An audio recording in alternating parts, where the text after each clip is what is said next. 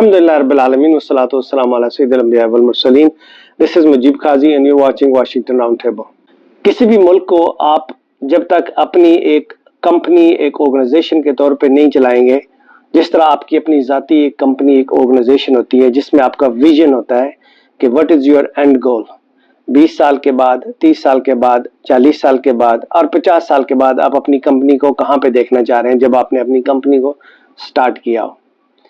फिर कुछ चीज़ें होती हैं जो उसमें एडमिनिस्ट्रेटिव होती हैं, कुछ चीज़ें होती हैं उसमें विजनरी होती हैं, कुछ चीज़ें होती हैं जो मिशनरी होती हैं। आपका मिशन क्या है, आपकी एक्सिक्यूशन क्या है, आपकी स्ट्रेटजी क्या है।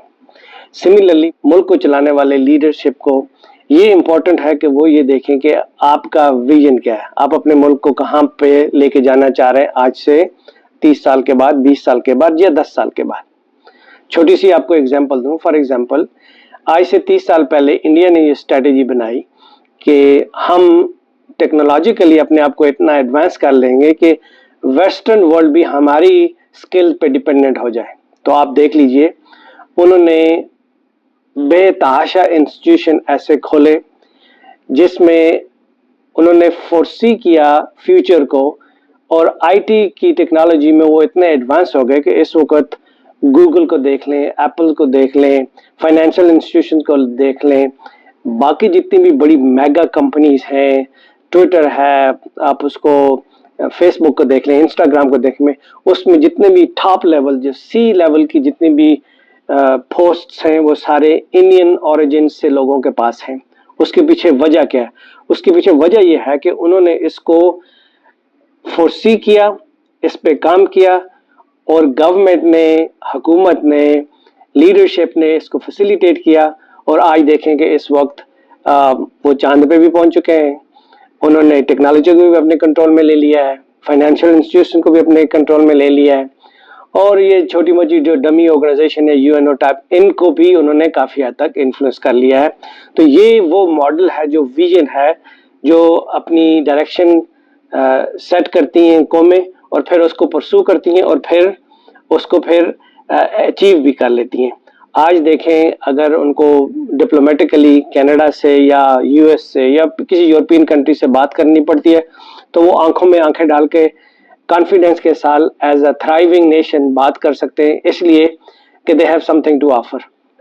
ऑन द अदर हैंड, आप पाकिस्तान को देखें, पाकिस्तान के अंदर टेक्नोलॉजिकली, साइंटिफिकली हम कितने पीछे खड़े हैं। बाकी इन चीज़ों को तो छोड़ दें, जो पाकिस्तान के अंदर जो एक ज़माने में एक अच्छे ब्यूरोक्रेट्स, एक अच्छे सिविल सर्वेंट जो लोग प्रोड्यूस होते थे, वो भी ख़त्म होकर रह गए, क्योंकि करप्शन ने, सफारिश ने, नेपोटिज्म ने उस इंस्टीट्यूशन को भी ख़त्म करके, बल्कि बड़ी मची डेसिमेट करके छोड़ दिया। मुझे अच्छी तरीके से याद है, हमारे बड़े ही अच्छे दोस्त जनरल मोहसिन कमाल जो आज़ाद कश्मीर से थे, उन्होंने जब इस कमीशन को ज्वाइन किया, लीड किया कश्मीर के अंदर, तो उन्होंने मुझे बताया, ये उनके अपने अल्फाज, अल्लाह ताला गरी की रहमत फरमाए, फोत हो चुके हैं वो। उन्होंने फरमाया कि अनफॉर्चुनेटली जो पाकिस्तान में जिन लोगों ने सीएसएस के लिए अप्लाई किया है, उनकी रेशियो जो है वो कश्मीर से कम थी। अब खुद सोचें कि एक ज़माने में अल्टीमेट गोल ही ये होता था कि हर कोई, इवन जो उस ज़माने में जिन लोगों को मिलिट्री से प्यार था, वो सारे वहाँ पे ज्वाइन करना चाह रहे थे, वन रीज़न और द अदर। उनमें से भी बहुत सारे कैप्टन और मेजर लेवल के लोग जो है वो सीएसएस का एग्ज़ाम दे के सिविल सर्वेंट में आ जाते थे, अच्छे ब्यूरोक्रेट्स बनते थे। वो वाला पूरा सेटअप ही आपने करप्शन की नज़र करके ख़त्म कर दिया। अब ऐसा लगता है कि जितने भी ब्यूरोक्रेट्स हैं, पुलिस ऑफिसर्स हैं, एसीज डीसी लेवल के लोग हैं, वो पॉलिटिकल लीडरशिप के सबसर्विएंट हैं। उनको ये फिक्र होती है कि मेरिट तो आने जाने वाली चीज़ है। अगर आप किसी मिनिस्टर को जानते हैं, किसी प्राइम मिनिस्टर को जानते हैं, या किसी मिलिट्री एस्टेब्लिशमेंट के बंदों को जानते हैं, तो आपकी जॉब सिक्योर्ड है, आपकी प्रमोशन सिक्योर्ड है। इस तरह मुल्क थोड़ी तरक्की करता है। आपने अगर तरक्की करनी है तो आपने साइंस में तरक्की करनी है, एजुकेशन में तरक्की करनी है, डेवलपमेंट में तरक्की करनी है। पाकिस्तान के अंदर एक और अलमिया ये रहा कि पाकिस्तान के अंदर एजुकेशन को जानबूझ के बाय डिज़ाइन पीछे रखा गया। इमरान खान साहब अपनी स्पीचेस में अक्सर ये कहते हैं अपने अपोजिशन के बारे में, एक तो ये पढ़े लिखे नहीं है, दूसरा ये कोशिश भी नहीं करते, और उनकी इस बात में بہت حد تک سچائی بھی ہے کہ آپ خود دیکھیں اس وقت ہماری جو اوور آل پاپولیشن ہے وہ کس حد تک بکش ہے، کہاں تک کتابیں پڑھتی ہے۔ جن لوگوں کو سوشل میڈیا استعمال کرنا آتا ہے وہ زیادہ تر ویوز اور لائکس حاصل کرنے کے لیے اس حد تک نیچے چلے جاتے ہیں کہ کچھ جو روڈ شوز ہوتے ہیں ان کو دیکھ کے ایسا لگتا ہے کہ یار ہم کسی اسلامی ملک میں تو رہ رہی نہیں۔ وہ کوشچن کرنے والی اینکر بہودہ قسم کے، ناجائز قسم کے، ناپاک قسم کے سوال کریں گی، لوگ اس پہ ہنسیں گے، اس کو ویورشپ مل جائے گی اور پاپولر ہو جائے گی۔ مطلب ایسے یو ایس جیسی کنٹری میں بھی اس طرح کے شوز کرنا جو ہے نا لوگ توہین سمجھتے ہیں، دیکھنا توہین سمجھتے ہیں۔ ہمارے ہاں تو کانسیپٹ یہ ہے کہ ہمارے مذہب میں وہ گناہ سمجھا جاتا ہے، لیکن یہ آپ نے اپنی قوم کی گرومنگ کی ہے، مینٹل گرومنگ کی ہے، جس کا نتیجہ یہ نکلا ہے کہ اس وقت ہم اخلاقی طور پہ بہت زیادہ گر چکے ہیں۔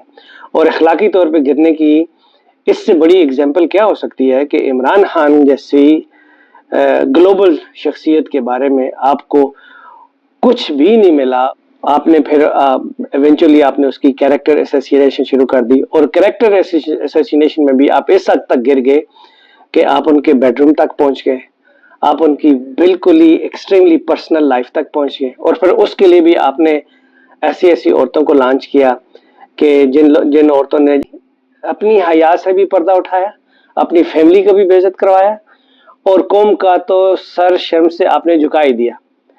بات نہیں کر سکتے اس پہ، میرے پاس الفاظ نہیں ہے کہ میں ایسے سچ اے لو لیول ڈسکشن، بلو دا بیلٹ ڈسکشن، کہ جس کے بارے میں بات کر کے آپ صرف شرمندہ ہو سکتے ہیں، اپنی بدنصیبی پہ آپ رو سکتے ہیں۔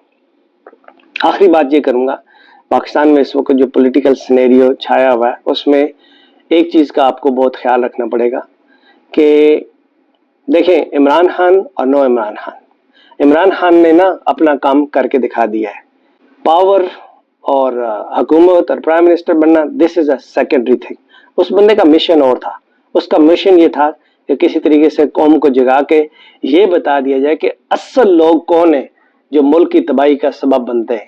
تو وہ انہوں نے بڑی خوش اسلوبی کے ساتھ بڑے طریقے سے ایکسپوز کر کے رکھ دیا ہے۔ اب آپ جو مرضی، وہ جس طرح علی مرزا صاحب کہتے ہیں نا کہ اگر آپ کعبے کی چھت پہ بھی کھڑے ہو کے قسم اٹھائیں تو لوگ آپ کی باتوں پہ یقین نہیں کریں گے، اور دیٹ از سو ٹرو۔ کوئی بھی آپ کی بات پہ یقین نہیں کرے گا، کیوں کہ آپ نے جان بوجھ کے ہر انسٹیٹیوشن کو آپ نے تباہ و برباد کیا۔ دیکھیں ایک ملٹری آفیشلز کی یا جو فوجی ہوتا ہے اس کی تربیت کیا ہوتی ہے؟ اس کی تربیت ہوتی ہے جنگ کرنا، لڑنا، گولی مارنا، اور اس کے علاوہ اس کی کیا تربیت ہوتی ہے؟ کچھ بھی تربیت نہیں۔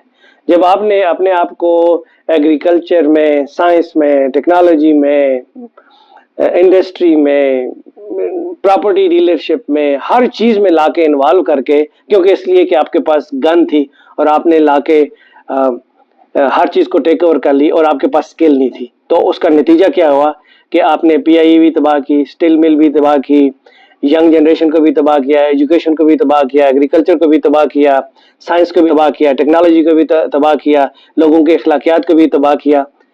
اب کہیں گے جی ہم نے اخلاقیات کیسے تباہ کی؟ مجھے یہ بتائیں، آپ کی مرضی کے بغیر اڈیالہ جیل کے سامنے چند ایک ہائرڈ نالائق قسم کے بندے لا کے، جن کو نام کی سپیلنگ تک نہیں آتے، ان کو آپ نے کھڑا کر کے وہاں پہ ایک خاتون جو پردہ کرتی ہیں، آپ نے وہاں پہ اپنی بےزتی کروائی نا، اور کسی کی تو بےزتی نہیں کروائی۔ آپ کی مرضی کے بغیر تو وہ لوگ نہیں آ سکتے تھے۔ اگر آپ اپنے آپ کو اس حد تک نیچے لے آئیں گے، اس حد تک گرا دیں گے، تو اس ملک کا کیا ہوگا؟ آپ کسی اور کو کیا تربیت کریں گے؟ اور پھر آپ جا کے ڈرامے کرتے ہیں اسکول کے بچوں کے ساتھ، یونیفارم کے ساتھ آپ تصویریں بنا رہے ہیں، کندھے پہ ہاتھ رکھنے۔ یار پیپل، دیکھیے لوگوں کے اندر نا شعور تو ہے، people will not by into it. اپنی ڈائریکشن کو ٹھیک کیجیے پلیز۔ Thank you. السلام علیکم ورحمۃ اللہ وبرکاتہ۔